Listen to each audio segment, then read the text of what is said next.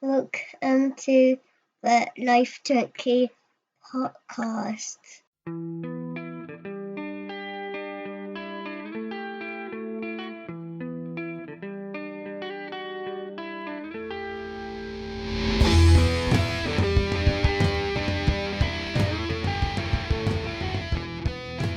Hello and welcome to the Life Junkies podcast, episode 18, NXT Takeover Toronto and WWE SummerSlam review.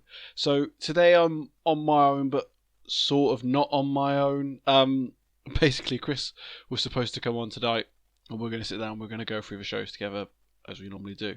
However, I couldn't do tonight's recording, and I've got a small sliver of time that I can do it in, which I'm sat recording in now. However, that small sliver of time that I've got to record is the exact time of Chris's day today that he is busy.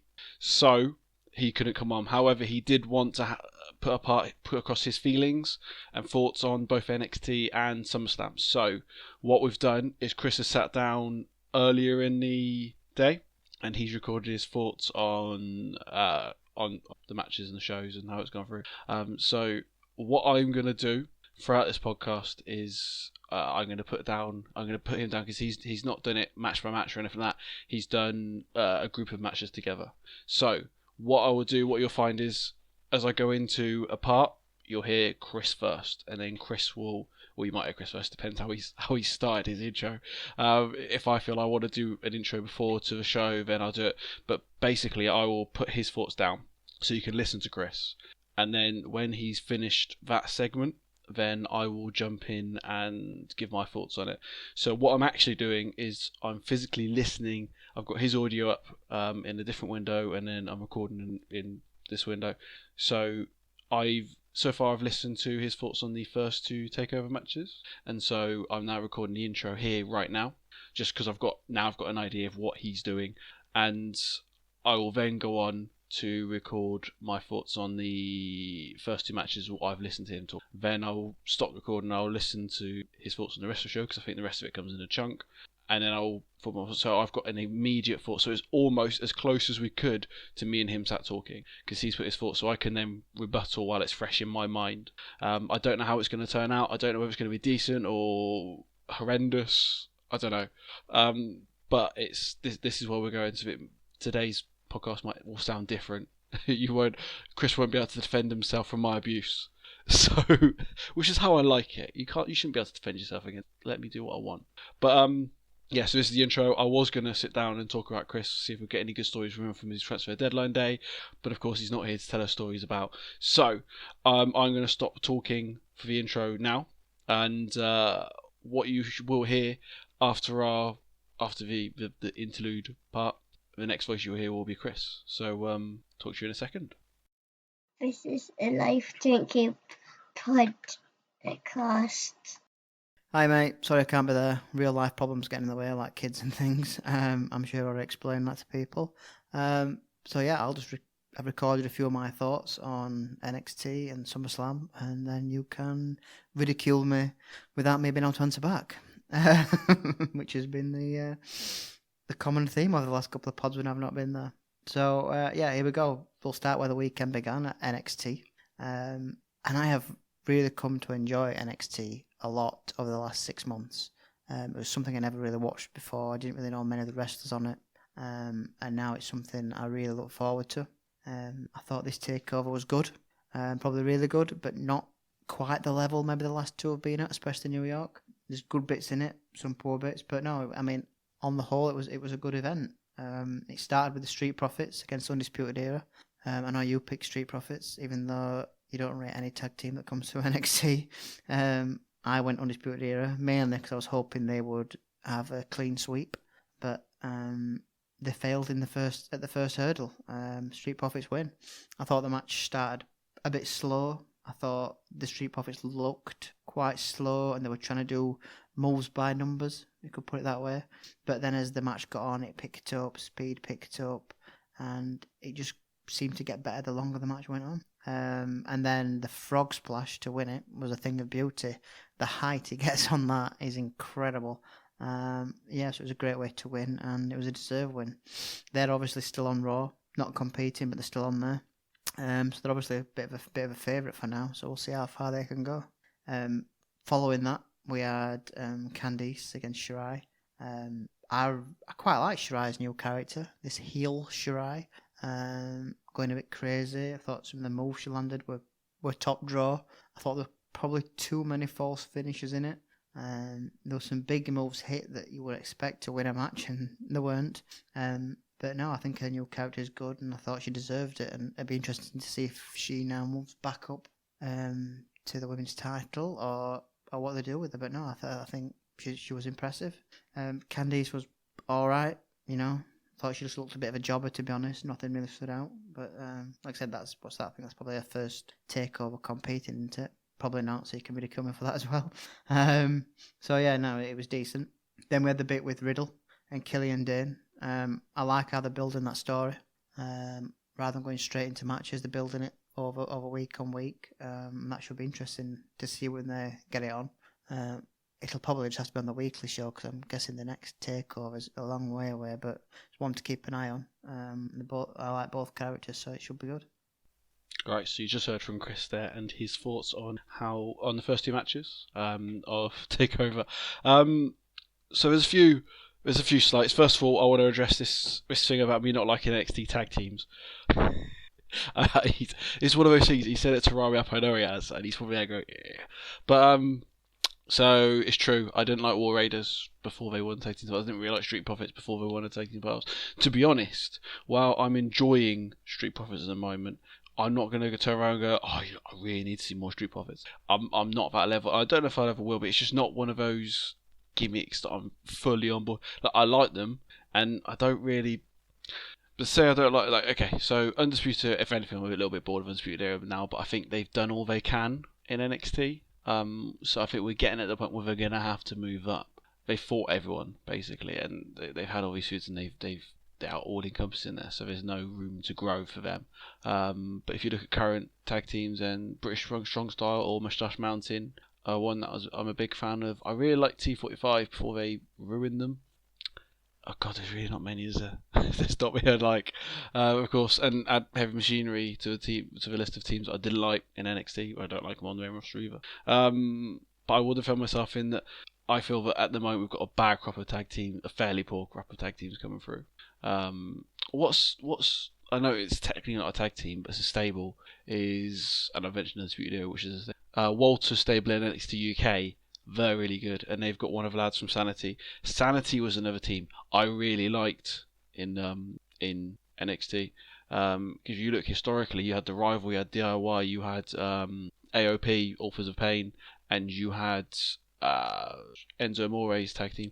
These are all tag teams we were like. Enzo Amore's tag team, the first time I saw them, I was like, what the hell is this? Absolute rubbish. And this is the first ever NXT I watched was the NXT they did over here. Not NXT UK, the actual NXT show over here. They came over, they did it. I think they did a takeover London, and they did a show here beforehand or after or something. But I sat watching it, and then I slowly got into it, and Enzo Amore is an irritating little whatever. But as a tag team, they were really good with Carmella coming down with them. So yeah, so it's not true I just don't like NXT tag teams. Chris. So Chris spoke really well about this match, better than I will be able to. I felt this was a good match to start tonight. I agree with him, it did start a little bit slow, and then they managed to get rolling. What struck me, the main thing, is how over Street Profits are. And while I sit down here and say, well, you know, it doesn't quite click with me, it's clicking with a crowd, and they really love them. For me, overall, this is a decent, if not great match. I called the Street Profits winning. I don't know what the long-term plan with Undisputed Era is, whether we're going to see Adam Cole defend that belt for a month or two, and then lose it so they can move up. I don't see them being there for a long time.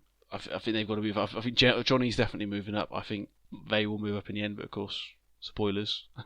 Well, if you're not listening to this and you haven't watched NXT, why are you listening to this? But yeah, Street Profits won, and they carry on being champions. Street Profits, I think, will be champions for a while. I think they like this with these champions, the tag team champions, holding the belts until they essentially go up as well. You don't get many two-time champions. The Vaudevillains is another tag team I liked in NXT. Chris. Anyway, moving on to Io Shirai and Candice LeRae. Like Chris, I loved Shirai's gimmick. Her entrance was really good. And then what you see is, as Candice comes out, she's basically female Johnny Gargano. In attire, the music is quite similar to Gargano's. The backing is quite similar to Gargano's. I would like to see her have her own personality, especially if she's going to stay in NXT, which I presume she would, while Johnny goes up. This match really upped the tempo, and Chris did say he didn't really enjoy that match. He wasn't a big fan of Candice. I really enjoyed it, and I thought they really upped the tempo and they really went for it, and it had the feel of a grudge match. Just these two women really didn't like each other. I felt, and I've written down in my notes, Candice proving some of her haters wrong here tonight. Now, obviously she hasn't, because Chris hasn't really changed his opinion on her, which is a shame, but that's what this is all about. It's all about opinions. I felt she did really well. She put on a good show. Shirai is obviously one of the most accomplished female wrestlers in the world. She's very good. She comes with a great reputation for Japan. So she's always going to be good. Maybe it might be a case of her helping carry Candice a bit. I don't know. I don't know about Candice's credentials pre-WWE. I don't know what she's got. In the end, Candice passes out. Shirai wins. I really enjoyed this match, and I felt this was really moving forward well. And then we have that gimmick, that bit with Matt Riddle coming out. He calls out Killian Dane. Dane comes out for the crowd, and they brawl.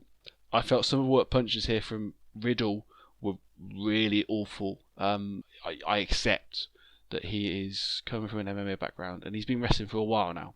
But coming from an MMA background, it might be hard to pull punches because you spent that long training to hit someone and do the damage that you need to do, and now you're being told to pretend to hit someone and you've got to miss them but get close enough to it. It might, and maybe I'm just being harsh, but for me the punches, okay, I know we watch Shane McMahon every week in, week out, but these punches for me, for NXT level, were really bad.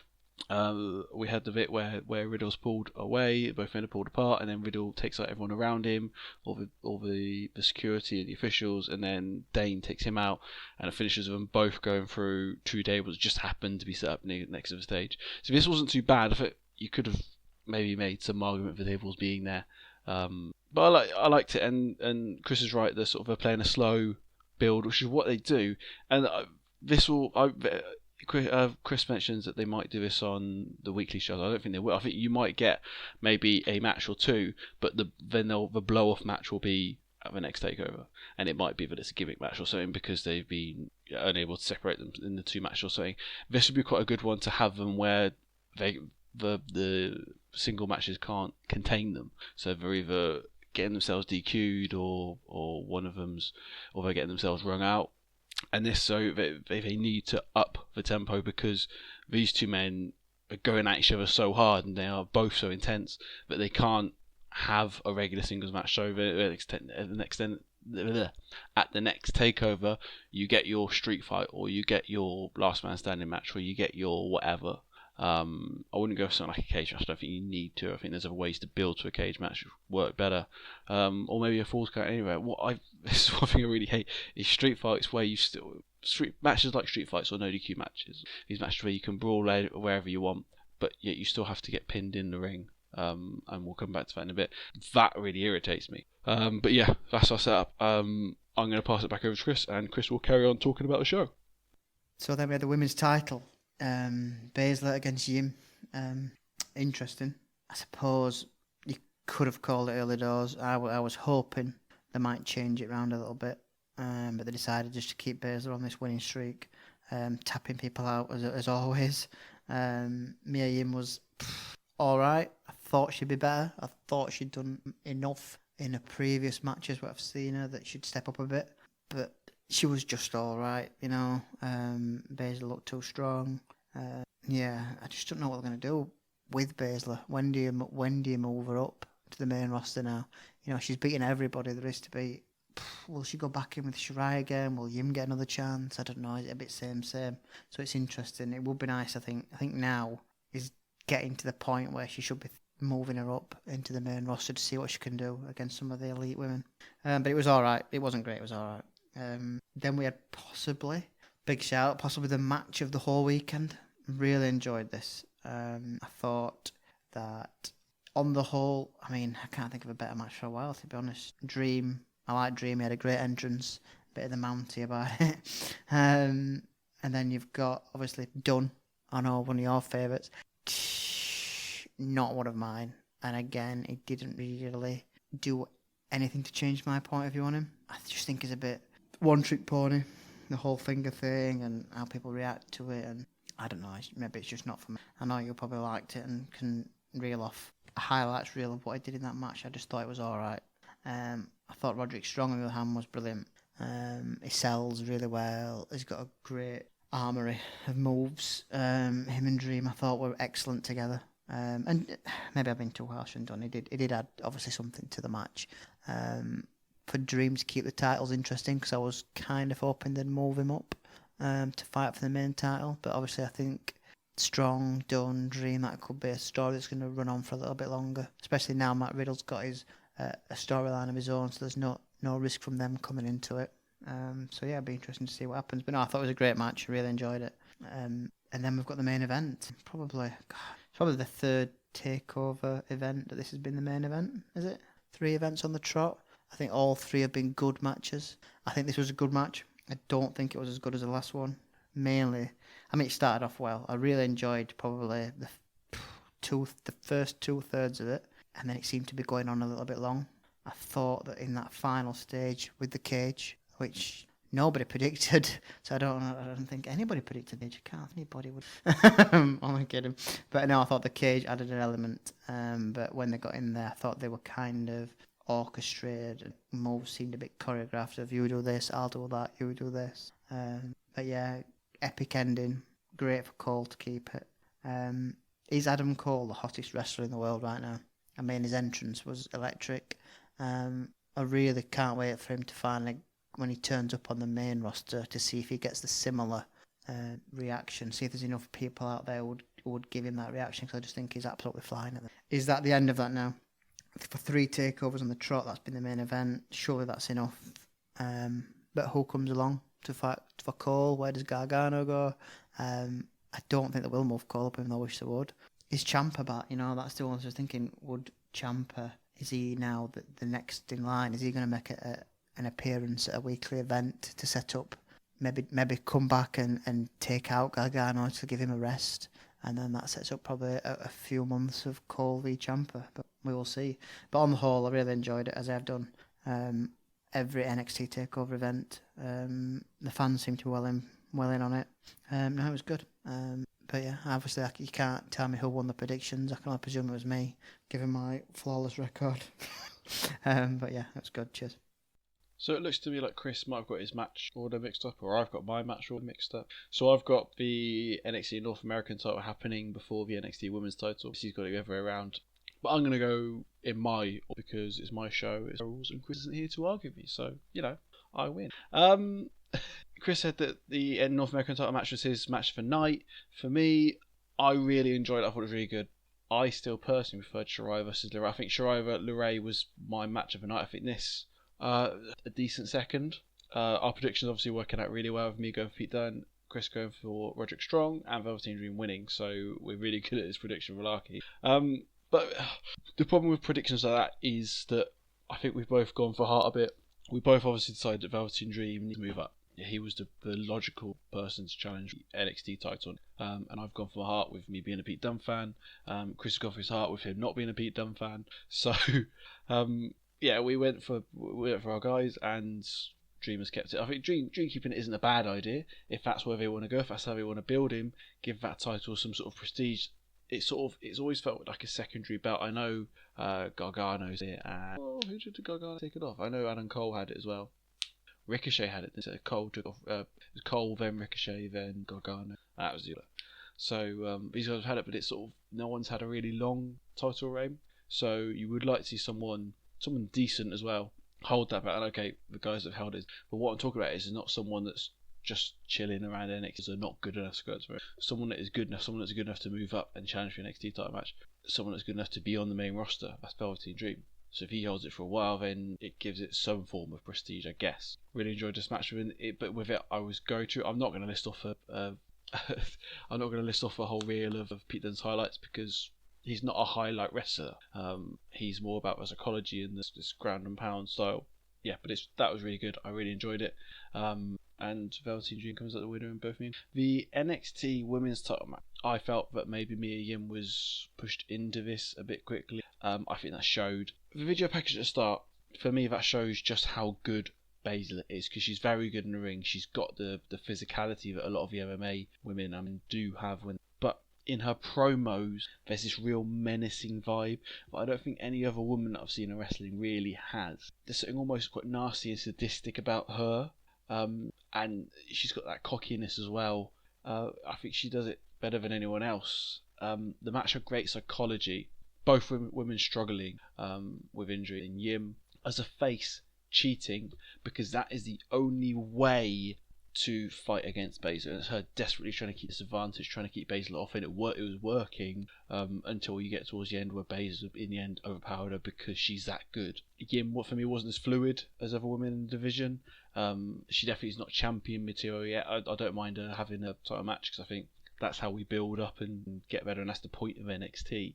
And I don't think there was for this a direct challenger. Io Shirai had her 3 attempts, and then Candice LeRae, I felt they were positioning her for it. I agree with Chris. I don't really know what comes next. I think Baszler is more than good enough to be on the main roster. I think she could quite happily walk in. I think she could be champion on the main roster. I don't think there's many women. I think a feud of her and Becky Lynch would be gold, honestly. Better than any of the women's matches we showed last night. As for her next challenger in NXT, I don't really see one. They can always touch one of these guys. I don't think it should be Shirai. It's going to get very boring unless they've got someone interesting. Maybe he's going to drop down or through. I don't really see anyone being positioned. But yeah, that was my prediction. Baszler wins. That puts one up. And as we both predicted for the same guy in the last match, give a winner. Thank you. So I sat down and this is the NXT 2 Falls match. And Cole. First match being the singles match, being the street fight, as we called. What I like is before the show, they go, you get William Regal sits down and he talks about the third fall, and he shows this cage with barbed wire on the top and weapons attached to it and a ladder on the top, and I was like, yes. And of course that was my pick, as Chris did too. It's not exactly my pick. I didn't think it was going to be a weaponized cage. They never actually gave it an official name. I think it was just a cage. But yeah, so it's interesting. Shades of, was it the Extreme Elimination Chamber they did a few years ago at Dismember, which just didn't work. I think I've seen other matches where it didn't work. I don't know if it really worked. I'll talk about it when I get to that fall, but it was it just felt a bit off. You saw with a cage match, you have the cage, and the cage is in the match to tell. When you add weapon, you start to feel you have to use the weapon. It starts with that is what this sort of. And there's other reasons why this match didn't completely land, but that's fine. What we had is Gargano and Cole have had, as Chris, they had the 2 out of 3 falls for the first one, I believe, because that's the one which I wasn't a massive fan of, mainly for the third fall, because I felt they were supermaning Gargano a bit when he didn't need to, and I felt that a lot of those moves should have resulted in the pin. And then the second match was just a regular match, I believe, and that was Takeover 25. That was probably the best out of the trilogy of matches. And in this one, I would put third, I think. But it's hard because what you've given is these guys have basically done 7 falls worth of matches. And yes, some falls aren't, some blah blah blah. But it's hard to keep that up even with 2 guys as good as Cole.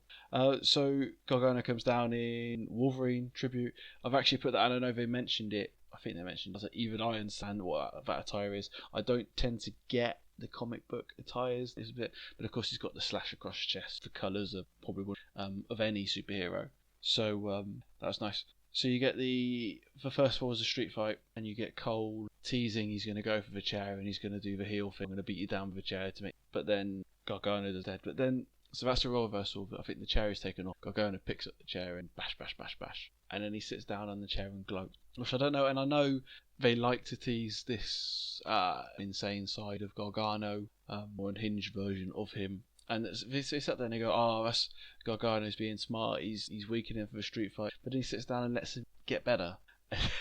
and leading to notes and just giving away a fall for no reason. It doesn't make any sense. If that isn't your story going in, that Gargano's a bit unhinged, why have him do something so silly?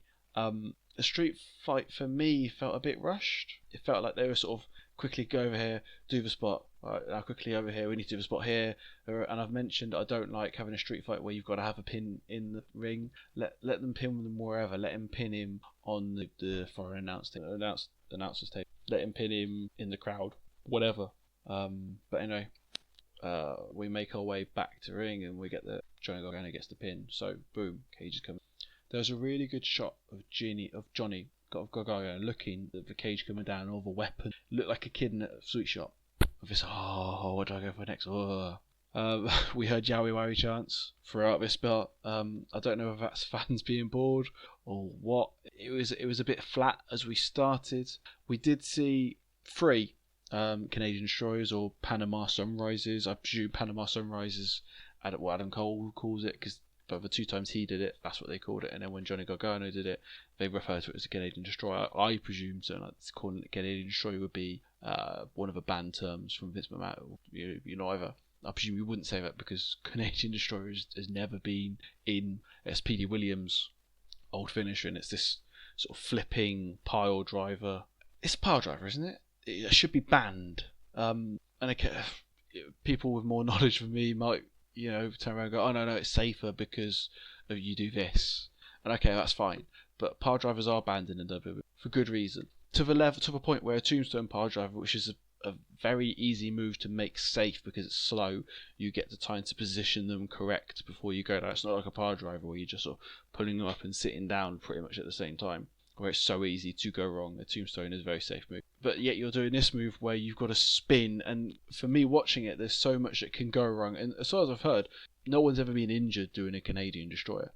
So I've never heard of it. Fine. So you're allowing people like AJ Styles to move like the I've completely blanked on the name of AJ Styles' finishing move, a move that has injured people. Okay, yes, that's a very simple move to not, and it's the problem with that move. It goes against the natural reflex as a wrestler, because you're meant to, as a wrestler, you put your head in, you tuck your chin to avoid being injured. But for that, if you tuck your chin, you're going to land straight in your head and break your neck. So you put your hand, and I think people have at least been paralysed. I think someone might have died. Not from, I don't think it's from Styles' version. I think we've had who was the Yoshitatsu, I think, took it badly from Styles in New Japan once. I think you say Justin, or it's just your neck, mate. But yeah, so I know you can say real less than that, but that is a fairly simple move to not get injured in. You just got to fight your natural, and someone intelligent.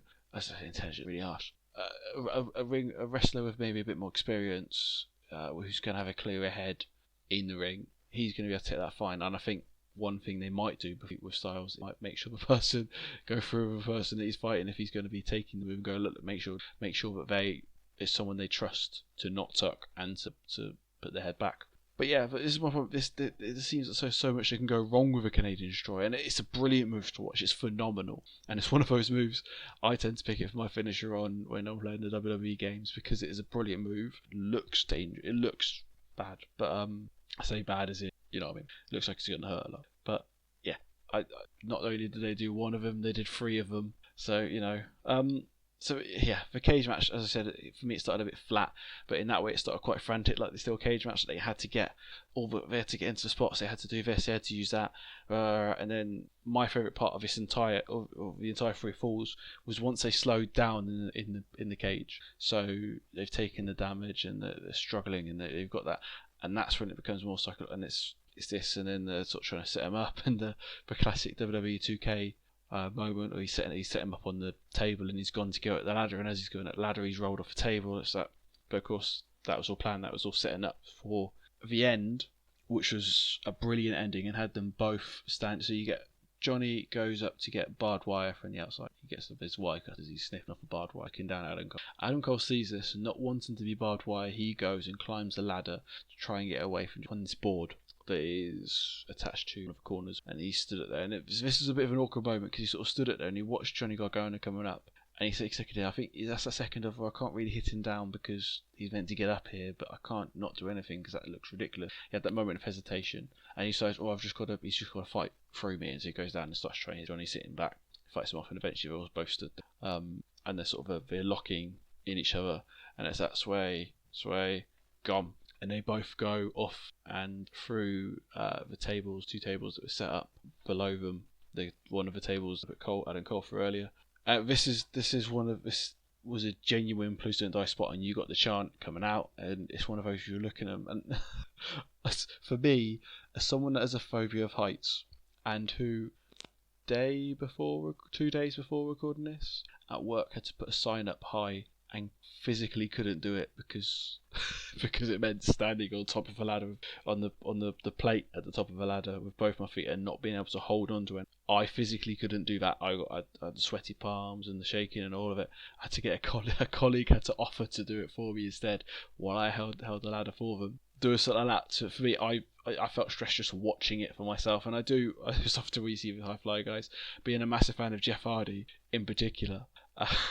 But I guess maybe it's a bit freer if you know that you're going to jump off that ladder. I think I would have, if my movement to stand on top of that ladder holding anything was preceded by me throwing myself off it onto somewhere, and I knew that as long as I executed it fine, I'll be alright. It's in my hands, and I think I would have been maybe a bit more comfortable. Probably not. That's my story of me being a wimp to big up what Johnny and both did there. And of course, as they come down through the tables, what it looked like to me was the plan was that Cole would land with maybe an arm across Gargano and just get the lucky pin, but he didn't land on him, and he had to sort of stir a bit and then move to get the pin. So that's it done. Where does Johnny Gargano go now? For me, he's been in the NXT title picture for so long that he can't physically get out of it. I don't think you can have him feud for anyone else because he's had that, and it's almost his obsession with the NXT title and those who have held it. So I would look at moving him to the main roster. Maybe, I don't know what level of recuperation that Ciampa is in. Of course, Chris mentioned Ciampa as well coming back, maybe to fight for the NXT title. Personally, I would put Gargano and Ciampa back together as DIY.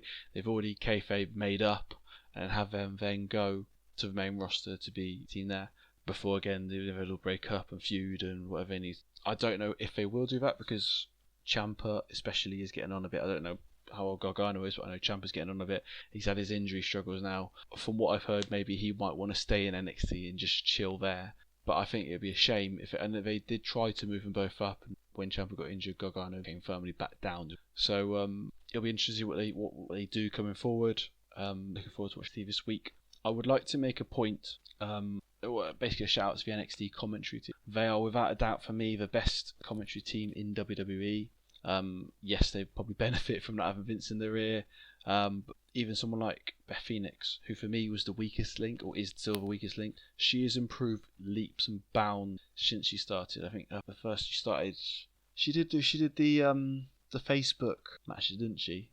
She certainly did Mayo Classic, and I wasn't a big fan of her at the start. I thought she was a bit clunky, but she's just starting. Now she's got her feet down, and I think she's doing really well in it. She is quite a contrast to someone like Renee Young, who I don't think really has improved while she's been doing Raw, and I think she's been given a bum rap personally. I think they had her down, and she's very good as a host of sort of a pre-show. So she worked very well. She's very good talking smack to Daniel Bryan. But that's a completely different skill set to live comp. Take someone like, who's the Harvard lawyer? He was in Nexus. His name. And he's really good at sitting on the pre-shows and talking and breaking down the matches and being he's really good at that.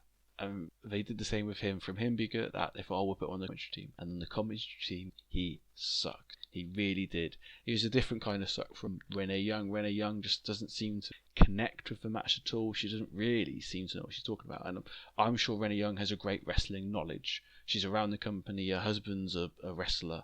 She must know, but she doesn't. In the moment, she doesn't seem to connect.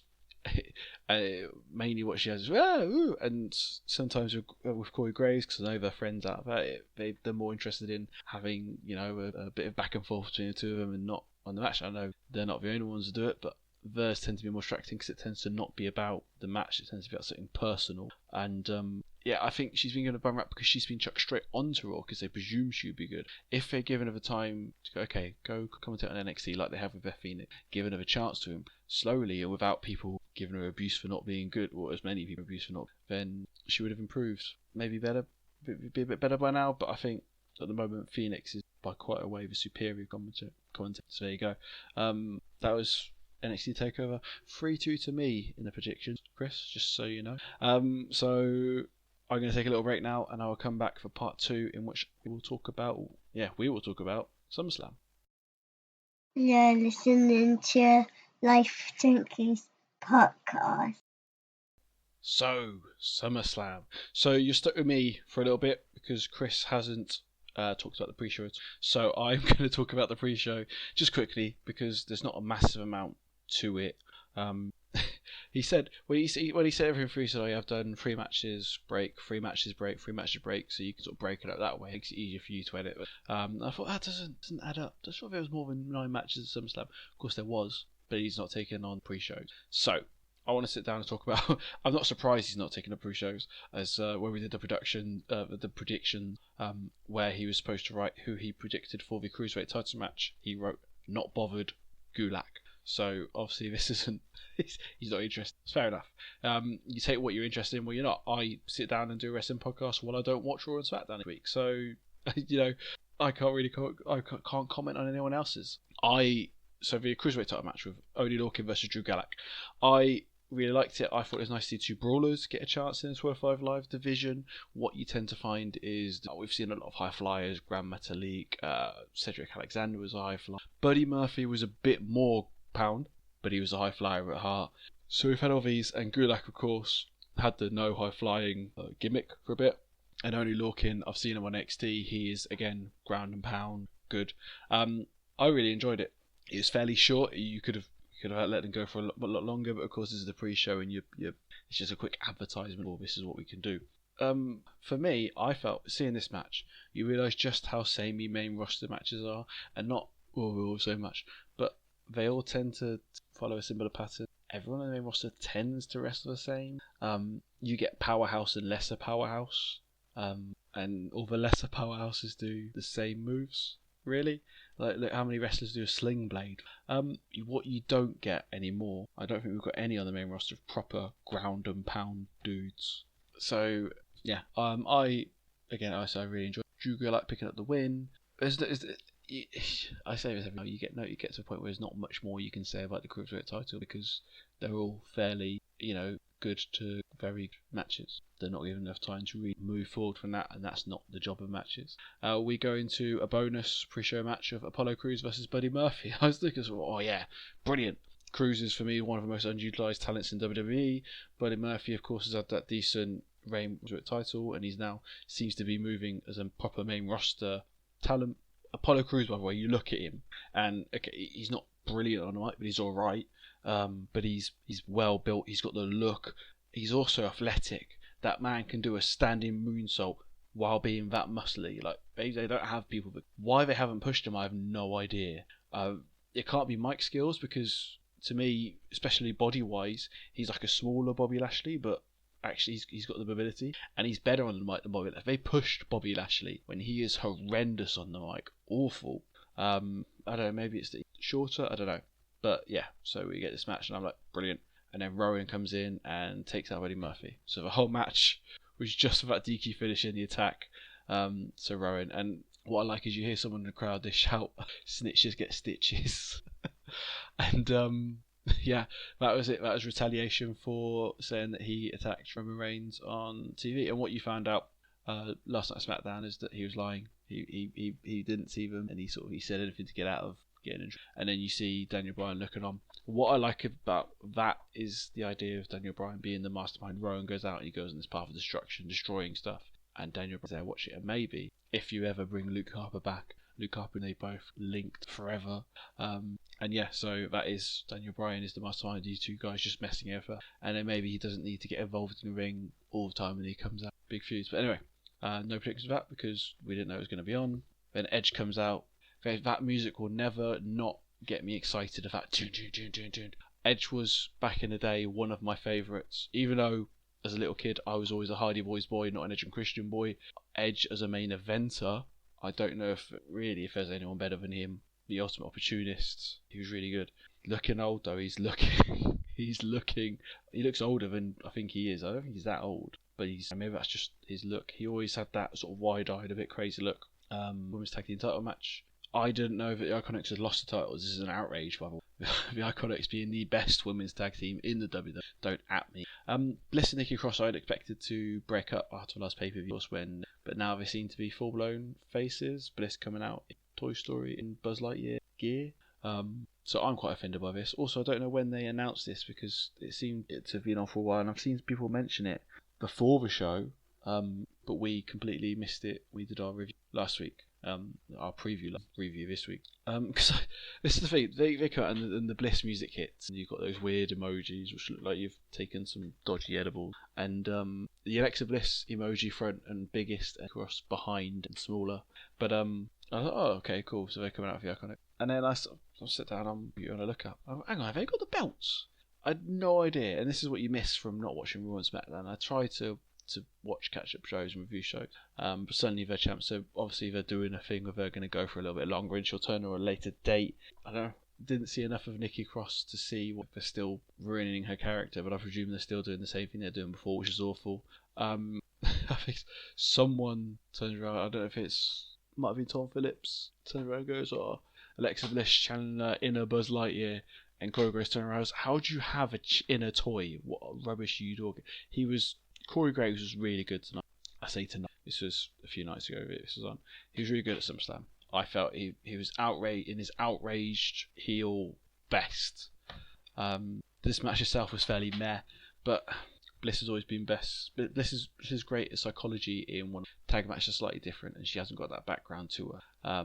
The Iconics, I love them, and they are wrestlers. They're from a wrestling background. They wrestle back in Australia. Women's wrestlers. They're not on the level of who have got Becky Lynch, Charlotte Flair, Bayley. They're not on that level. They're not even on a level of someone like a Natalia, who I said last week wasn't good enough technically to in the same ring as.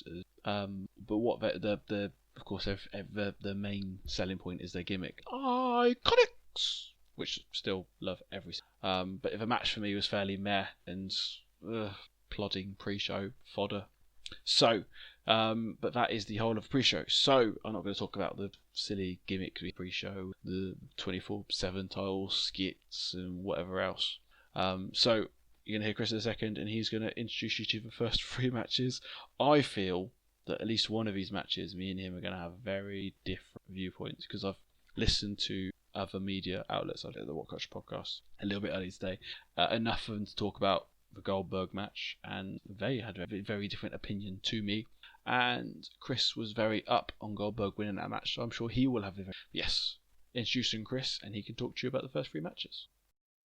So SummerSlam, obviously one of the marquee events, one of the big events I remember from my childhood, so it's always nice when that comes around. It was decent. Would I say it was more than decent? Probably not. There were some good bits. I thought there was a lot of average parts of it, which I'll get onto, but we'll start where they started, so Becky Lynch and Natalia. It was decent. At one point I did think they might be going to give it to the home girl, Natty, but Lynch moves on, and now I presume that she's just waiting for Ronda to have a real matchup, or see if anybody else comes out and offers her a bit of a challenge. I don't see the interest in having another match with Natalia. I think that's done with now. I presume she was only pushed into the main event because it was in Canada. So yeah, it was alright. It's just another Lynch win, really. Yeah, and she moves on. Goldberg v Dolph. I was really happy that Goldberg got a chance to redeem himself, given what happened in Saudi Arabia. Obviously, that was all self-inflicted, knocking himself out on his changing room door, and then misjudging his spear and knocking himself out again in the ring. But no, I mean, they've obviously kept it short for him, because obviously he's limited, but he did well. Dolph sold it really well, and when you look at it on the whole, it's just a match for fans from a different era, really, and just something that for people to enjoy. Like I say, it's a bit of sports entertainment, isn't it, when it's all said and done. It was never going to be a classic match, but it made me smile. I thought it was decent, and I don't see, although Goldberg did shout "I'm back" when he left, I don't see him becoming a regular occurrence if we see him again at all, to be honest. Now, in my notes for the next match, which is Bayley against Ember Moon, I've just got the poo emoji. Mainly because I thought it was poor. I think, obviously, I don't like Bayley. I think she's a good wrestler. I just don't like the character. I think she's a poor champion. I don't like Ember Moon. I think she offers nothing. So it was a bit of a vanilla match that it didn't interest me at any point at all. Obviously, I'm sure you absolutely loved it, given your love for Bayley, and you're gonna probably speak glowingly of it. But for me, it was a nothing, and I've already forgotten about it. So we'll move on from there. Yeah, so starting with Raw Women's title, Becky Lynch and Natalia. I don't know. I was a bit as to why this is the first match in the card. I know you get Natalia out, and she's Canadian. She's not a Toronto name. But shouldn't Becky Lynch be worth more? They got the women's matches out of the way pretty quickly, right?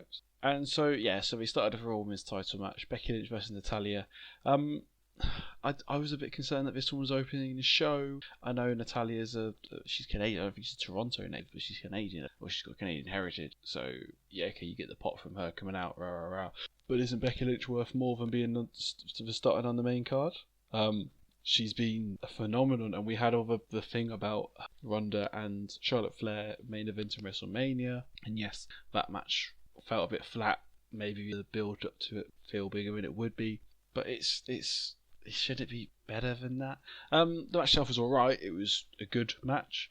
Could you argue it's Natalia's best ever match? I'm not going to say it definitely was, but I'd say it would definitely at least be a contender. You can see it was the crowd booing when Becky reached the ring apron. Of course, at the time I started going, "Oh God, they're really." And this is what I've got in my notes. I've got crowd actually booed when Becky reached the ropes while in Natalia's sharpshooters. And at the time, I was completely confused as to why they're back in Natalia. Is she that much fun? Sitting there now talking about it, I go, "Yeah, she's Canadian." It's a no-brainer, really, isn't it? We talked a lot about transitional challenges in the preview, and pretty much proven to be right. So Becky Lynch gets a win. They seem to be playing, and this is what they've done with the two women's title matches. They're playing sort of pick a woman, and there's no real hierarchy because there's no depth to the women's roster. You just have champions and everyone else, and then Charlotte Flair because she is. You can't do Flair versus Becky Lynch again. Will be challenging going forward because she's got to go for a title now. She can't just be off to what she did, but I'll talk about that again in a bit. So I don't know who's next for Becky Lynch. It will just be. We do know who's next for Becky Lynch, don't we? Because it was Sasha Banks. So that is next. And that's nice. That's a nice little return. That's a buzz. Sasha is someone that has that thing about her. As a heel, I've been desperate to see her as a heel on the main roster. She's best as a heel. The boss character doesn't work as a face. Not in the same way. So she's finally with a new hair colour and attitude. And so that's a bigger match than this. Sasha Banks, while she can do wildly bad work punches and kick in a one-on-one matchup, she is very good when she's focused. So, looking forward to that. I enjoyed this as an opener. Maybe that's why it was there, because it just sort of picked a channel. It grabbed a random woman. But yeah, moving on, you've got Goldberg versus Dolph Ziggler. Chris wasn't as up on this as I thought he might be. I thought he would have sat there. I really enjoyed this. It was brilliant watching Goldberg, and he is right when he sits down and this is for fans. It's just a match, and Ziggler he's not a young up and coming guy that's going to get ruined by this. He's in himself, and he's moving towards a downs career now. It's fine. And the podcast I listened to earlier, I mentioned it a minute ago. They were really up on this. They really enjoyed this. They thought it was really funny. I don't know. It just didn't get me going. I don't know. I didn't. And you get Ziggler surprises him with the super kick, two super kicks. One, boom, kicked out, and then lacerated him with a spear. Boom, jackhammer. Boom, 1, 2, 3. Celebrates from Goldberg. Then Ziggler, the mic, shades of Jeff Hardy versus early 2000s. It was a ladder match, undisputed. It was Jeff Hardy versus Biker Spot. What they did is they had the ladder match, but it was a great ladder match because it's the Undertaker in his prime and Jeff Hardy in a ladder match. Taker's first ever ladder, and it was brilliant. It was really good. The psychology of actual match was really well, and Jeff Hardy got the spots and everything. It's one of my favourite matches of all time. It's really well done. But then the ending was was the sort of icing on the cake. Jeff gets a mic and he put, Undertaker, you haven't beaten me yet, Undertaker. I'm still standing. And he comes in, and Undertaker goes, right. He comes back in. Boom. Last ride. Down. And he looks down at him, standing there. Checks. He gets the mic again. And it's throughout the whole match, JR's commentary was brilliant. JR has that way as he goes, oh, go on, kid. You can reach it. But he gives you goosebumps watching it. And this is Richard. I was someone get the mic out of our kid. He's brave. This is super now. And then Taker comes in, back in, and he picks him up as it looks like as if he's gonna take him out again. And he just lifts Jeff Hardy's hand and then lets go. So raises his hand fair play, respect. And then let's go. And Jeff just drops down to the floor, and he again shakes his head, boom, off, and that's the end of it. That was a really good way of getting a young guy over. Brilliant. So this had shades of that, but the idea is to humiliate Ziggler and not put him over. Yeah, fine. Except that he does need to be put over. He's been a bit of a joke. He's still young to do something for the guy. He's not a dude that's done. He's not a dude that's. He's someone that is actually very good at it. He could be a legitimate challenger. Kofi Kingston again. In fact, we've done be legitimate. Could be someone that you're using to put over your next main star. But yet now we've humiliated him here. And you've got to argue that anyone who gets a decent match with in Goldberg's shadow automatically, because he was humiliated so badly. So my notes as I've done these matches are sort of I'm writing them as we go along. And at the end I've just got, if we need to keep doing this bit, why not have someone like The Miz come out and actually put over a full-time wrestler? That would have been if sort of maybe the second time Goldberg is coming back, he starts to go back as it kits, or Goldberg gestures to go on you, and The Miz comes out to do it, because The Miz is the one that started this whole feud in the first place. I Ziggler with my heart rather than my head, and I was wrong. Chris gets this prediction right. So me and Chris, there's another argument here between a match. So I felt the US title match came next. That's what I have in my notes. But Chris is going to talk about SmackDown Women's title match. Maybe it ties it a bit better. I haven't talked about the women's title matches together. So let's talk about that now. The crowd was dead for this match, and the crowd was dead because pick a random woman opponent. That's what they've done here. Ember Moon, you do you. The match itself felt a bit off, but to me it's sort of like the booking rather than the execution, really. Various things like them being booked for Bayley to miss an elbow in here on get up, and stuff like that wouldn't translate well for the crowd. It translated badly for us at home. Maybe it was the execution, and maybe they meant to do something different. Maybe Ember Moon was meant to make a big movement to get out of the way instead of Bayley just missing. But it just didn't work for me in that regard. It was a decent high flying match, but the bookings just didn't make sense to me. Here's a quick point. So, what was it? About 2005, 2006, they did the Piggy James storyline, and it's infamous because while the storyline itself was actually quite good, and it was a nice story of a woman to bully, and it comes across watching it as a sort of story of empowerment, but when you realise that the backstory to that behind the scenes, it was Vince McMahon creating his way, aims that she needed to lose weight, it's horrific. I'm sure I've met before, but she was. But you look at now, Ember Moon, I think, is bigger than storyline, and I'm definitely not saying Ember Moon fact because she's definitely not. But this is now we can have a woman that isn't stick thin, that is what was her name's wife? It'll come to me in a moment. The blonde one from the Piggy James, Michelle McCool. That's it. Got it. So you can have maybe more fuller figured women, and of course Nia Jax, but Nia Jax is an outlier because first of all there's no other women in look like Nia Jax. First and second of all, Nia Jax has now disappeared off the face of the earth, but Nia Jax is your female Braun Strowman. She is Karma, I think she goes by. She went by in WWE. She was Awesome Kong in TNA. She's that. It's okay. You're here to be the big monster, not. You don't have to be stick thin and put the time they were female wrestlers to be. So it's small things like that show sort of the direction we're moving in. More women are being. It's something you forget because you look at someone like Becky Lynch, Charlotte Flair, Bayley, Sasha Banks, Alexa Bliss. The women that have been pushed to the top of the WWE roster have still been that somewhere along the lines of that version of thinness, and so someone like Ember Moon pushed up to there I think is really good. And I'm an Ember Moon fan anyway. I'm also a Bayley fan. So that's I wanted to sit down. I haven't written that in my notes, and I was thinking about it during the show, and I wasn't too sure if I was going to mention it anyway. I don't know if it needed to be said or whatever, but sitting down to it, I decided I wanted to say it. Just not props per se, because I don't think you can ever give someone that that did that Piggy James storyline for the reason that they did it props in anything with regard to female body confidence, but just a nod to say, well, we have moved forward as a whole, I guess. I'm going to move back over to Chris now. We'll listen to him talk about, I guess, 3 random matches. So Ricochet Styles was decent. Will the feud rumble on again now, or will they take the OC elsewhere? Have we seen enough Ricochet and Styles? It was decent. Like I said, Ricochet did his thing. Jumps up around a lot, lots of flips. Styles is just a classy wrestler, so he sells well. He's got a good army of moves. Deserved winner. I am interested to see where the OC go with them being heel. Be nice to see them. I don't know. They probably will get pushed, or Styles will get pushed towards a world title, but they're not going to give him it. So it's kind of daft to even steer him that way because they're just going to get him beat. So whether or not they should now maybe go around and pick on some of the next level wrestlers and just have to go on some kind of winning streak and just beat people and then see where that takes them further down the line. Kevin Owens against McMahon. I thought Shane gets a lot of stick, obviously, because he's on TV a lot, which I'm guessing is the whole story that they want people to hate him. But normally, I think he's actually better than half decent in the ring. I thought he looked a bit off pace, a bit slow.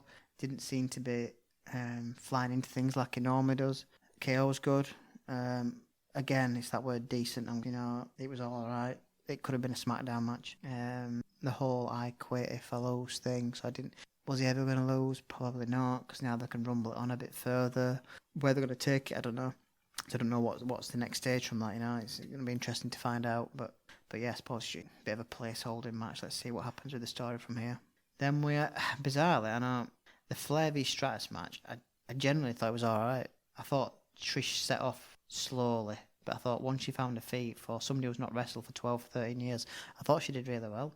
It went on for a lot longer. Obviously, Flair carried a lot of the weight of it. You could see on some of the big moves, she was the one. Even the moves that were on her, she was the one orchestrating them and making. But that's why she's so good, Charlotte Flair. That's why she probably is the best there is. Because she can sell a match like that. At one point, I did think they were going to give it to Trish. It looked like they were going to go that way, but they still gave her a big goodbye. Even though she lost, she came close. Spirited defeat. So it's a nice way for her to probably end her career back in Canada, going out against one of probably the best there's ever been. So yeah, it was decent. Right, so we sort of seem to be back on order now. So talk about US title match, and he's talking about the original club coming in. It's nice to see them. It's interesting. Chris mentions that sort of the idea of NOP. Right, so it's nice we seem to be back in some sort of order now. We've got the US title match, Ricochet versus AJ Styles. My first thought is, what in God's name is Ricochet wearing? He looks like some sort of gimp in this all black thing. It was, I found that distracting all the way through that match. I really this match. That hurricane outside the ring where he jumps off the shoulders of Gallows and Anderson. I could watch these two fight all day, more than happy. It's great, high flying and do.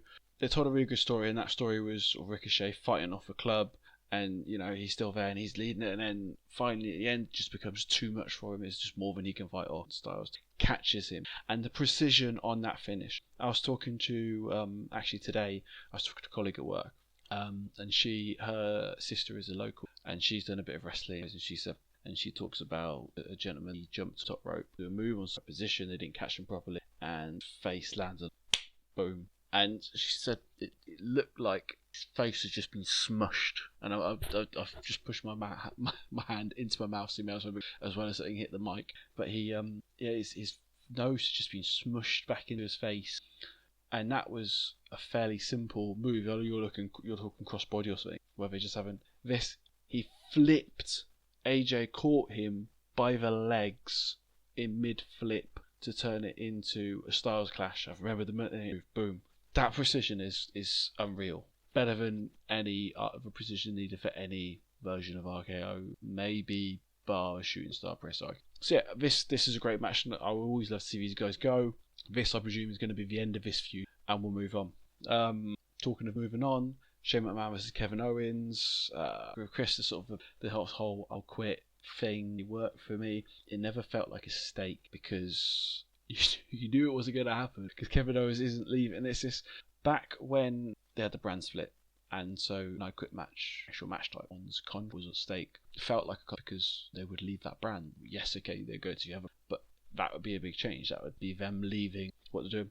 We know Kevin Owens isn't leaving. He might go away for a bit, but it's not going to happen. We know that. So yeah, I hated every minute of they have Jim McMahon comes out, Kev comes out, boom, and then I've got myself a special guest enforcer to make sure this match goes to plan. Out comes Elias. Of course, it's Elias. Someone actually who's not getting a job out constantly like Drew McIntyre, who would actually get the job done.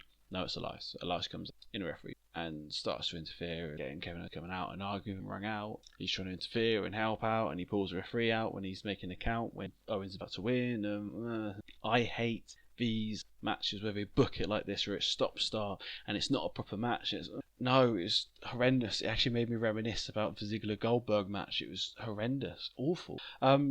So I'm gonna. Chris mentioned it while talking about Charlotte Flair, but I'm gonna say it now before I go on to talk about them. Chris is saying decent a lot of matches. Oh, this is decent. This is decent. Takeover Toronto for me was maybe decent, good is the right word to use. It didn't blow me away like takeovers normally do. Normally I come out from a takeover going, oh, that's amazing. SummerSlam didn't either. And what I got is, after I finished watching SummerSlam, I was catching up. People have said about it, really positive about it. Oh yeah, SummerSlam, great. What I think you find, those last 3 matches were brilliant. Not the 3 we're talking about now, the 3 we're about to talk. Brilliant matches, all 3 of them. Up until those 3 matches though, everything was middling. There were some really bad moments. Nothing stood out apart from Charlotte Flair. So the last 4 matches were really good. Chris, I felt, was maybe a bit more down on Charlotte Flair than I would. I really enjoyed it. I felt this match was far better than it had any right to. And I think Trish, with a bit more work, would be right at home amongst the winners today, which I was worried that she wouldn't. I was worried that what we were going to see was Trish Stratus being shown up and going, oh, you know what, maybe her and Leah weren't that good, were they? They're just against them. But no, she held her own, and Chris is right, Charlotte Flair does do the bulk of work because she's in shape, but also she's a stronger woman, so she should be the one helping get herself up and over it. Boom, that's what the bigger person does. This for me was how a legend is supposed to return. Goldberg, she comes back, puts over one of the stars of the current roster in a great match, hopefully, and there you go. So that's Charlotte Flair, while being one of the top women's stars, has now had that rub from Strash as well. Boom. Again, too many egos in the men's side. Too much. Oh, I want to come back and get that win. And it's not just Goldberg. There's a lot of them that do it. Come back, put someone over. That's what you do as you get on. Look how, say, Kurt Angle did his sort of retirement stretch, especially leading up to his WrestleMania match. He put everyone over. He put Baron Corbin. I deserve it. So yeah, I predicted Charlotte Flair to win because I'm a realist. And Chris went for Trish. So I think those are like the only 2 matches. Oh yeah, no. There's another match in which is one coming up in it. So yes, this match is really good.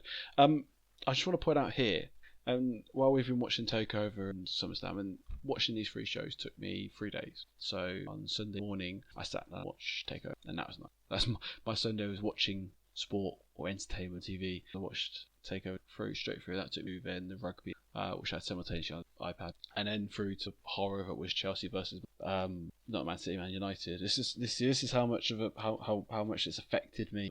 My brain's trying to scrub it away. And then so I watched a pre-show SummerSlam Monday night.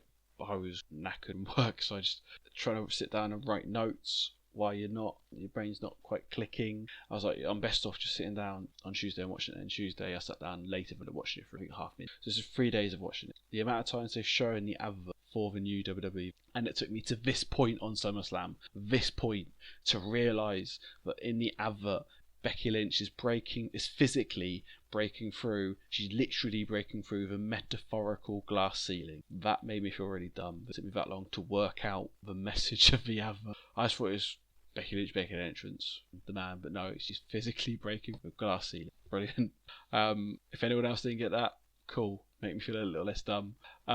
Also, interesting that it's Hulk Hogan's glass ceiling because she comes up, and at first you think she's talking Stone Cold. But it's not. It's Hulk Hogan. She goes, oh, sorry about your ceiling. And boom, sitting in Hogan's glass. So she's obviously talking to Hogan. So it's Hogan's glass ceiling. Do you think he understands to get him himself in the top spot? I don't know. So we are left with 3 more matches of SummerSlam. I'm going to pass straight over to Chris again. He's going to talk about it. I think he might then go on to do a little summary of the whole pay-per-view. I don't know if he's connected to or not. I haven't listened to it yet. So let's do it so I can react straight. So hand over to Chris for what might be the last time. Randy Orton, Kofi Kingston. I really hoped Orton would win this. I didn't think he would. I was predicting it more through hope than anything else. I just hoped that they will bring to an end Kofi's reign, because it's just getting boring. It really is. It's just, I don't know, it makes my teeth hurt watching him win. But they didn't. But I did think they left it open for future, for it to come back and have another match maybe. Randy was decent. I think he's really picked up his game over the last year. Seemed to go through a period where he just bottomed out. Lost his interest. Still turned up, still did his thing, but didn't seem interested. He did seem like this had got his juices flowing again. So I'm hoping they don't just shove him back into the pile and let him have another shot. But yeah, no, again, it was a decent match. That word decent, I must have used 10 times on this pod. But yeah, it's just a shame to see Kofi win again, unfortunately. Then we got the match that most people have been waiting for. Finn Balor against The Fiend, Bray Wyatt. I think everybody for a long time now has been waiting for The Fiend's in-ring debut, mainly to see what ring walk he would have, how the mask would hold up. And I don't think there's anybody out there who would say they were disappointed with the night's work they had. I thought the ring entrance was class, very different. To change his song, how he did, sounded really spooky and eerily. The way they did the camera angle with it out of focus and moving past his face, so you could never really get a proper look as he approached through the dark. The lantern he had with the mask over the lantern with the face all worked, and you could and also Finn Balor sold it really well. So when the lights came back on, he looked genuinely white. It was good. Then obviously he comes into the ring. I was expecting a bit of a squash match. I don't know why they gave Balor that 45 seconds of a minute of beating down on the Fiend. Seemed a bit strange, but yeah, the Fiend stood strong, stood tall, great character. Nice way to leave the ring at the end as well, with the flashing light, with him just disappearing. What happens now with Bray and the Fiend, I don't know. I'm hoping that's probably dead now with Balor, and that he moves on and just targets somebody else. Maybe somebody like The Miz, that same kind of level as Finn Balor, and do that a few times before actually stepping up against one of the champions. It's far too soon to be doing that. It'd be nice for him to spend probably 6 months just beating people of that next level down from the world champion, and then when he finally the lights go out against the world champion, he's got a real build up of victories behind him, and people know that it's his time. But knowing WWE, they'll probably rush it, but hopefully not. But no, I was impressed, and I'm excited to see where that goes next. And then we had the main event. Again, another main event that we've probably seen too many times this year. Brock against Seth. I'm going to start at the end and just say I am really disappointed that Seth Rollins is world champion again. The only reason I can see him being given the title is if Brock's having 2 or 3 months off now, if not longer. I thought Brock was really good in defeat, that is something that he never was in the past. He sold the moves really well. I'm just underwhelmed that Rollins is champ, and when you've also got Kofi holding the other belt, and you've got Becky Lynch and Bayley holding the women's titles, you've got the 4 major champions all as baby faces, and that's a bit boring for me. I think it's targeted at obviously a younger audience, a bit of happy clappers for audience, that you've just got these faces holding the titles and just beating people week in, week out. I don't know, it's not much of a story there. I think you need to have heels as champions. That's the whole thing with wrestling. When you go up the heels, there was always a strong heel, that the good faces who came through were built up and built up and built up to finally topple the champion. And at the minute, you've not got any of that storyline going on. You've got average, not average because Seth and Becky aren't average, but the 2 SmackDown ones are terrible. Just holding on to the belts week in, week out, pay-per-view after pay-per-view. If they're losing them now, they're winning them back at the next pay-per-view. Bizarre. And then you think, right, well, so what next for Seth? Because another Seth Brock feud is not what anybody wants. So like I said, I'm sure Brock must be going to have some time off. So then who's going to step up to Seth? I mean, you've got AJ Styles, you've got Braun Strowman. It's probably too soon for somebody like Aleister Black. So I don't know. We'll have to see where WWE go with it. They have announced, but before I go into this, actually, I'll just say so. Yeah. Oh, McIntyre as well, I suppose. You've got McIntyre out there who must be due a title shot at some point. But yeah, that ended the card. So it ended kind of on a downer for me with Seth winning the belt back. But it was all right. It was a decent SummerSlam. I watched it all, enjoyed it. Just a little bit deflated, I think, when it finished. So that is Mr. Happy there talking about SummerSlam. I don't share Chris's. Obviously, I don't share champ. the point is wrestling was built on face champ. Back in the day, you get is the heels were basically meant to go up against face champ. That was their job. We want to see it, and then the happy result was face win. Faces had these long title reigns as champion. You get a heel, hold it for the shortest amount of time possible. Basically lose it in the very next. And that's just so the belt could move between faces. Okay, well, we think Bob Backlund is the best one to hold the company for now, and then after his long title reign, okay, now the Iron Sheik is going to win it, and then right next match he loses it to Hulk Hogan because that's the plan. We just wanted the belt off of Backlund onto Hogan with two faces, what they did. So I don't know. And yes, he talks of a very happy clappy, and okay, Kofi Kingston is. Seth is something different. Seth is a company man. You always know that you're going to get a good match from Seth. Seth does everything well. He struggled a bit recently, but I think the booking has been a bit lackluster in him being very Twitter help in regards. But it's obviously helped him with a title reign. But I'll talk about a bit more about Seth in a minute. So let's talk about the WWE Men's Title match on vs Kofi. Video package showing me memories of when Randy Orton was actually. Chris mentioned it earlier that he's had this feud seems to have given him a bit of something. He's got a bit of that desire back. Felt like a man going through emotions. I'm going to say the exact same thing about Brock Lesnar in a minute. Orton has felt like he didn't really want to be the he's just go for it, do what I have to do.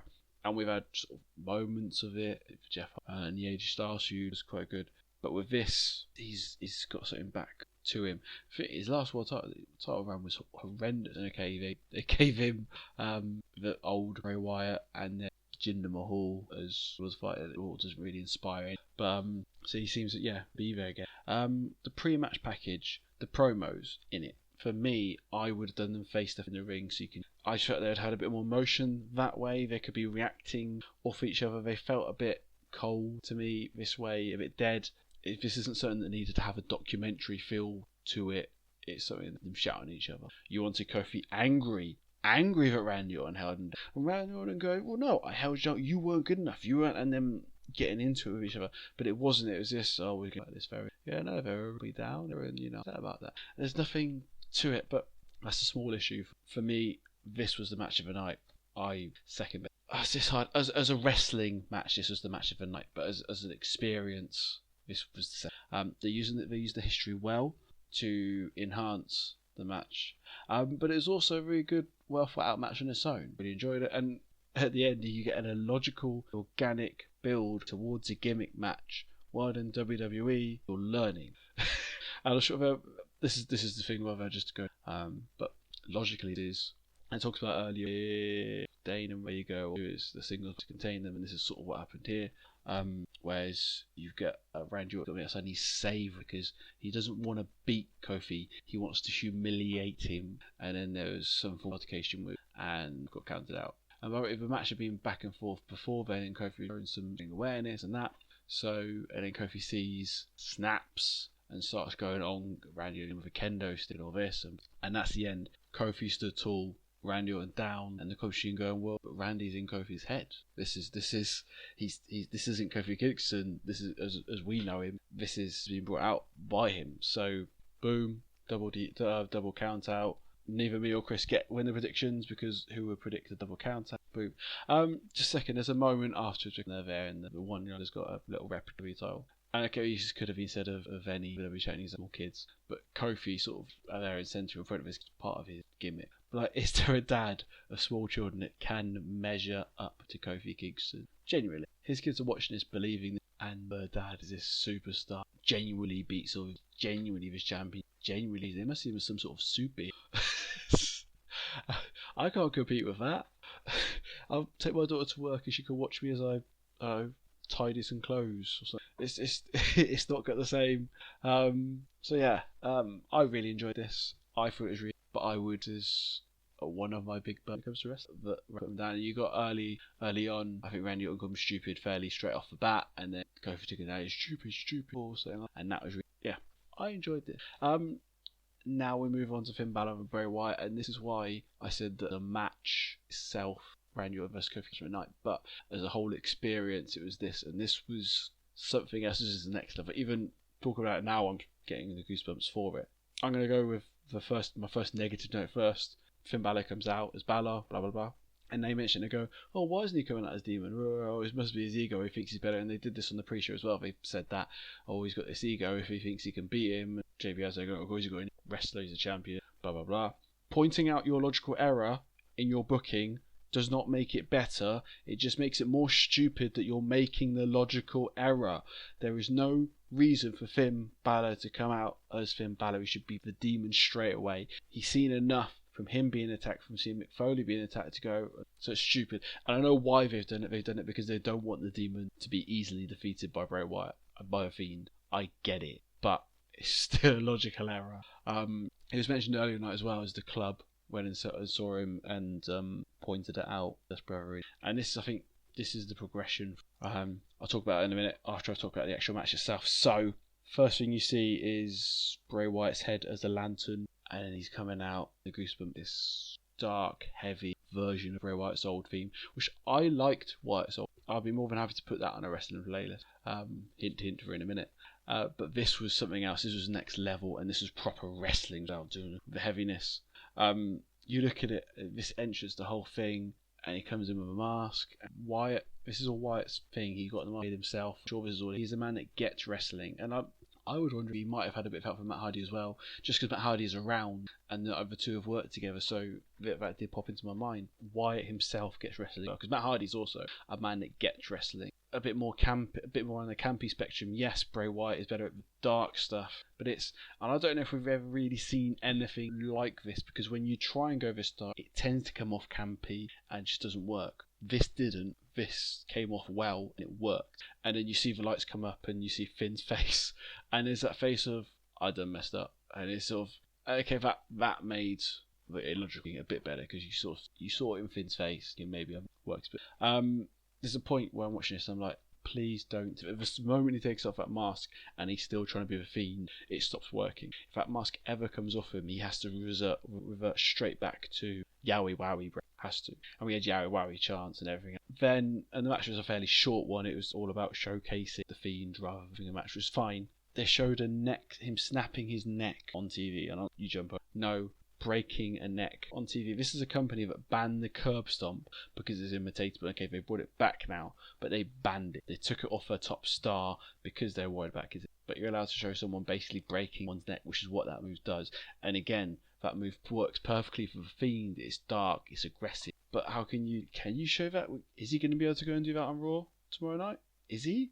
Then are you gonna have kids? And I don't want to be one of those guys that sits there and goes, well, you can't do this because think of the kids. But when I went to school, when I was 16, this was 14. When I left my school didn't do A levels. Another school in my town to do my A level, big thing, and a couple of the kids there, a couple of big trouble. I think their expulsions were handed because after the leavers do from the year before, drinking in the park because we were 16 and you're 18. And they'd taken some kid, I think he was 3D'd him, and I don't think there's any damage done, but they 3D'd him. Well, that's any wrestler. I was going to explain for a wrestling fan that has seen they 3D'd him in the park, and he told his parents complained to the school, and I think the police might have got involved, and it was serious, and it wasn't GBH or ABH, even battery, but it was assault. The kid didn't want to be, and they just did it, and that's fear of bodily harm and all that stuff. It was a big deal, and that was just a 3D, and a 3D in the grand scheme of things is a fairly safe move. It's not a curb stomp where you're driving someone's head into the ground. It's not a staffing. So kids and teenagers will imitate, and okay, a teenager's not going to actually break something. They won't actually break, but you understand that that's not the aim that you're doing. But what I'm saying is that kids do imitate these moves. I've imitated far more of these moves than I should have. I've done poetry in motion. I've done transmission, all sorts of messing about. So I don't know. Again, I like it from that side of thing, but if you're saying that we are a company that is marketed to kids, then that's not something we really can be doing. I don't know. Maybe that's just me being grumpy old man Mike. I've obviously been around Chris too much. I felt, and Chris again moaned at me last night, and he's moaned again on his bit that he didn't like this rally that Finn Balor had, which I think that was perfect for me. And I talked about, and we did the Scream review show. Chris felt, he just needs to smash him, but I was like, no, what you want to show Finn Balor's trying to rally and getting just to be taken back down, because for me that shows a real hopeless situation. If you're just beaten, you're just beaten. So Ziggler was beaten, humiliated, destroyed by Goldberg. But what he says is right. Any man can get lucky. He got the hit, 1, 2, 3, done. If that came out, then it's just, oh, you got lucky, you surprised me. We've seen it various times, even Daniel Bryan got something. But what you show here is Finn Balor is good. He's not being taken by surprise. He knows what he's doing, yet he was still no match. He managed to rally, he managed to get head of steam up. It wasn't enough, because that is how dangerous the Fiend is. It's a better story to tell. It makes the Fiend look more dangerous. What it is not is Emma having a back and forth match with Asuka on her first match in, because that doesn't. So that's not it. You're emphasising the hopeless Finn Balor situation. He was never going to win that. Finn Balor is hopelessly outclassed by Bray the Fiend. And that's what you. It's not just a lucky hit and then he's being able to beat him up for a bit, or a lucky hit and get the pin. That was it. It was amazing. There's no other word for it. That was Nexus debut and level as also. The Nexus debut sat there. Is this actually happening? Am I seeing? It wasn't a shock, but it was really good. I'm sort of Vince, just don't mess this. Vince, just leave it alone. Just let him go out and do it. And he's already talked about a headland. Fair enough. But it was intense, interesting. It was clever, and that's been the whole thing. He's been dropping in all these hints back to his past. And you sit down and try and explain this, and I've tried. I tried like yesterday. You try and explain this whole thing to a non-wrestling fan, and they're going to look at you like you're an idiot. But this is what makes wrestling great. This is what we love. And me and Chris both went for Bray Wyatt, both get the win. Moving forward, I know this has been booked slightly because Finn Balor wants the time off, so he'll go away and have his break, which is fair enough. And what I think you will see, he will come back as the Demon. It'll be what we'll go for now is Bray will now choose someone else to attack, and he might Raw from what I've read, but there'll be someone he'll attack. It'll be like Miz or something like that. He will attack them, boom, take them down. Then he will have a few more fights. So then he'll go off. And so my laptop, where I scored my notes on, just the screen just went dark. So it's just put me off my flow a little bit. So so he comes out, attacks someone like the Miz, and you don't see him again. Back out next week, comes out saying, right, I'm having a match against you, you get me from behind, but this is your leading up. And so what he does for each pay-per-view target now, he attacks to start, and then maybe you promos like they have with heel Wyatt. Is this what we've got? We've got heel and hurt, because we've got heel and hurt on the gloves, and it seems to be two personas. The Fiend, I guess, is hurt, and Bray Wyatt is heel, I guess. And that was sort of a bit of going back to no, we'll talk about this first. So you do that where he chooses someone, and eventually but no one can have a match against him. No one can put. This is how you book all the matches with Bray Wyatt beating them. They get to rally, but it's hopeless. Bray Wyatt is and no one can hope to stand at the Fiend. Then Finn Balor, when he's finished his time off, I don't know how long he's going to take. I'm booking this for months in advance. He's probably only taken like a month off. He comes back as a Demon. The Demon is back to defend himself against, and this is the first time Bray Wyatt has a proper match. And you see the hard brawl. In the end, the Demon's taking coming out of this. There's two things that happen coming out of it. Bray Wyatt moves on, and then you start moving Bray Wyatt towards, because that's where that gimmick should be. You should go straight there. Don't mess around. Don't mess this up. Don't Braun Strowman it. Don't do what you did to Bray Wyatt in his original incarnation. Move him up. Give him the title. Give him that legitimacy off the bat. What you've done now here is you've broken his streak.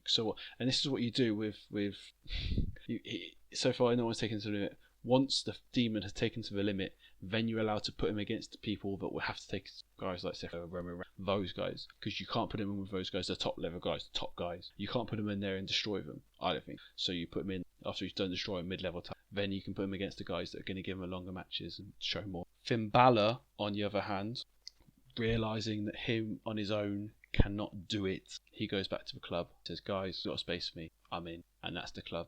Club back to 4 men, and Wyatt's off. Finn Balor maybe can rally and try and move himself to boom, done. So the point about Finn's rally that I was going to make a minute ago, that all came about. That didn't come out because Finn worked hard and managed an opening, or he countered something. I don't think he countered any of it. It came about because the Fiend had a freak out, hurting here, and he's looking at his hands a lot, and he sort of falls into the corner, he's holding his head, and it's this split personality thing that you're doing. I think he's going to take full advantage of going forward with storylines. And because he made the opening himself by having any freak out or breakdown or whatever it was, That's the important part. It wasn't that Finn Balor managed to make himself an opening. Bray Wyatt, by being Bray Wyatt and being his hence one, made an opening himself. It was brilliant. It could quite easily have finished that at SummerSlam, quite easily. In fact, having finished talking about it, I feel like I'm done now. But no, we have one more match. The Universal title, Seth Rollins versus Brock Lesnar.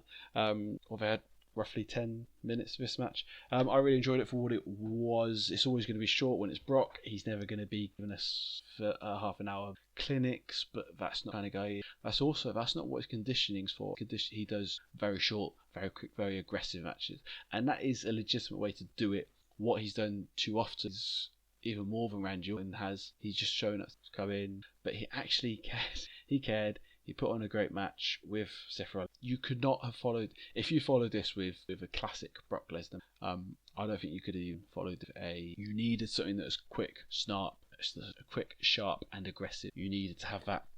Chris was right, we've had Seth Rollins versus Brock Lesnar too much. Seth Rollins versus Brock Lesnar is Roman Reigns versus Brock Lesnar. Because these are the guys they trust to work with Brock Lesnar, so Brock will probably take a bit of time off. When will he? But now we felt that what they do now, I don't know. But you have plenty of good wrestle. As long as he's not champion, as he cares, he's great at the moment you make him a champion, that champion, even if he's each week. And I know now officially with MMA he's not going back, so Laroni, maybe he'll have a bit more motivation to do it when he's not thinking about MMA. But I don't know. I thought it was quite good. Yeah. My only question is, why have Brock crash in if he's only for shock value? That moment was great, but that moment still would have been great without Brock Lesnar cashing in. Moment with him and Ben. That was enough to end that pay and have Seth Rollins freaking. And yeah, so it seems a bit pointless. And I really enjoy Brock Party gimmick. If you've got someone like Brock Lesnar who's that intimidating, have him have that. That makes him even scarier of a champion. He could just look at any. You just drop Heyman in at random intervals. He's going to be there every week now to come in and talk about, Brock might come out. You don't even need to have Brock there. Just, Brock might appear. I might have Brock come out. And, it's that. It's building up. And now they've spunked it. It's done. So what I'm going to do now is I'm going to give Chris the final word on the pay-per-view for the last little bit. And then I will then come back and do my outros. So since SummerSlam, obviously we've had Raw and SmackDown. So we've seen the announcement that the King of the Ring tournament's returning. I'm not actually sure when the final's going to be. I'm kind of guessing it's going to be in Saudi Arabia because it's the kind of thing you could see them having the finals of it out there. So at first I thought, King of the Ring, might be decent. And then I looked at some of the competitors and I thought, Orlando Jordan, Buddy Murphy, Ali, people. I mean, obviously they're doing this big, everybody gets a shot, get a chance and all that type of thing, but it doesn't fill me with confidence. If anything, whoever's going to win, it's just going to get beaten by Rollins or Kofi. So yeah, it's strange. No, Alistair Black in that as well, which I thought was weird. So interesting to see where he goes next. On Raw, we've got the return of Sasha Banks, which actually surprised me massively when she came out. And she seems to be a bit of a heel character, which is good because I think she's better as a heel.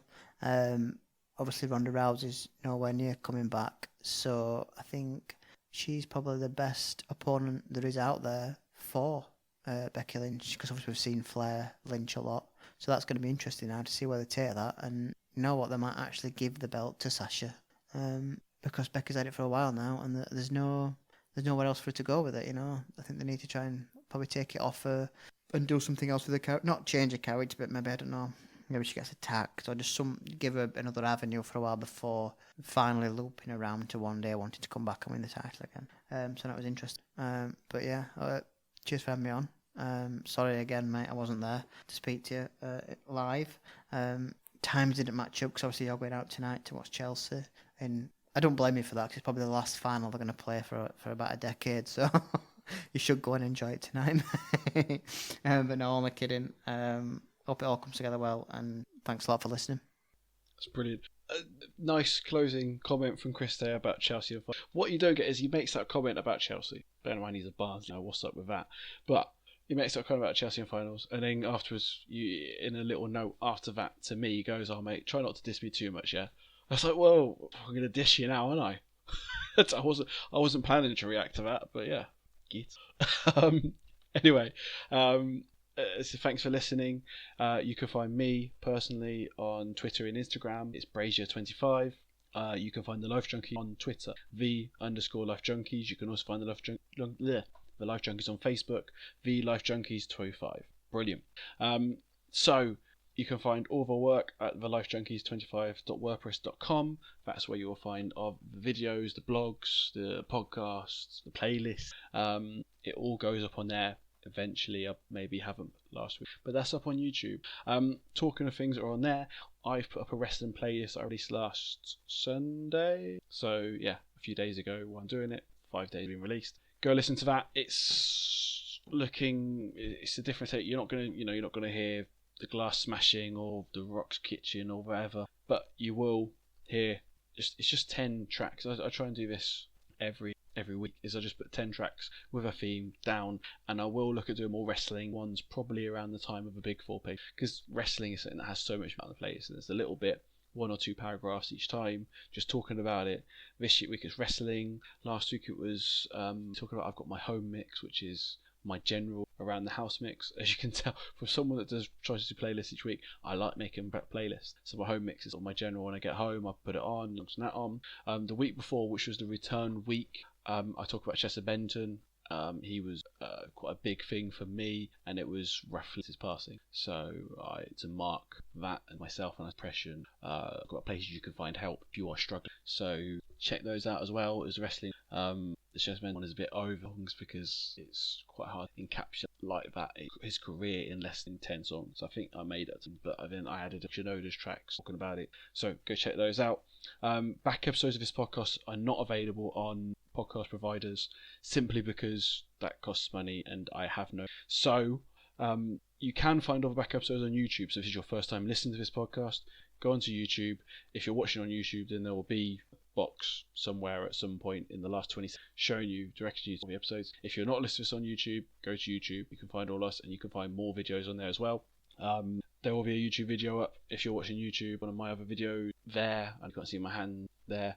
And yeah, so thanks for coming on. I hope you've enjoyed doing this a slightly different way. This isn't how we planned it, but it's worked. Hopefully it's worked. If you haven't, then do it again. But yeah, so doing it like this is just a way to get Chris on when our schedule connect, because I've got 1 or 2 days to record this. Really, pay-per-view like this, if we're going to get Friday morning, which I want to get it out, I've got to get it tomorrow, so I need to record today.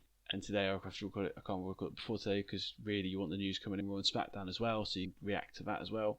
So sometimes schedules just don't work. So thanks for listening. I hope you've enjoyed.